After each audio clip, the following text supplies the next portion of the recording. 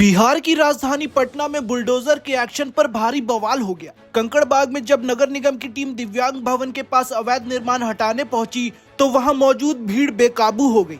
झोपड़ी में रहने वाले लोगों ने पुलिस और निगम कर्मियों पर पत्थरों की बारिश कर दी। इस हिंसक झड़प में कई पुलिसकर्मी लहूलुहान हुए हैं और बुलडोजर तक को निशाना बनाया गया। पटना नगर निगम की टीम जैसे ही दिव्यांग भवन के पास अतिक्रमण हटाने पहुंची, स्थानीय लोगों का गुस्सा फूट पड़ा। बिना किसी चेतावनी के अचानक हुई पत्थरबाजी ने प्रशासन को संभलने का मौका तक नहीं दिया। प्रदर्शनकारियों ने न केवल कर्मियों को पीटा बल्कि बुलडोजर के शीशे भी चकनाचूर कर दिए। स्थिति को बिगड़ता देख लोगों ने सड़क पर टायर जलाकर आगजनी की और घंटों तक ट्रैफिक जाम रखा। पत्थरबाजी के बीच वहां मानवीय त्रासदी का मंजर भी साफ दिख रहा था। झोपड़ियों में रहने वाले लोगों का कहना है कि वे सालों से यहाँ गुजर बसर कर रहे हैं, लेकिन प्रशासन ने उन्हें कहीं और बसने की जगह सीधे उजाड़ने का रास्ता चुना। रोती बिलखती महिलाओं ने आरोप लगाया कि उनके सिर से छत छीनी जा रही है।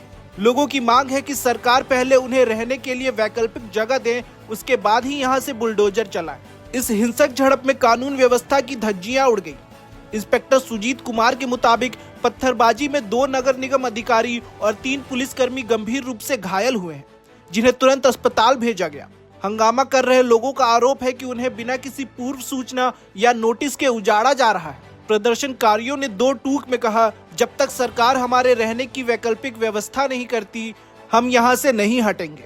भारी पुलिस बल के पहुंचने के बाद फिलहाल स्थिति पर काबू पा लिया गया है, लेकिन इलाके में तनाव बरकरार है। बता दें कि बीते शनिवार को भी शहर के 1 दर्जन से अधिक इलाकों में बुलडोजर चला था, लेकिन कंकड़बाग की इस हिंसा ने प्रशासन की चुनौती बढ़ा दी है। अब देखना होगा कि नगर निगम अपने अभियान को जारी रखता है या विरोध के आगे कदम पीछे खींचता है। पटना में बुलडोजर के खिलाफ ये आक्रोश अब हिंसक रूप ले चुका है। प्रशासन के लिए चुनौती ये है कि वो शहर को अतिक्रमण मुक्त भी करे और इन बेघर लोगों के गुस्से को शांत भी करे। फिलहाल कंकड़बाग में भारी पुलिस बल तैनात है और उपद्रवियों की पहचान की जा रही है। और भी खबरों को जानने के लिए हमारे चैनल को सब्सक्राइब करें।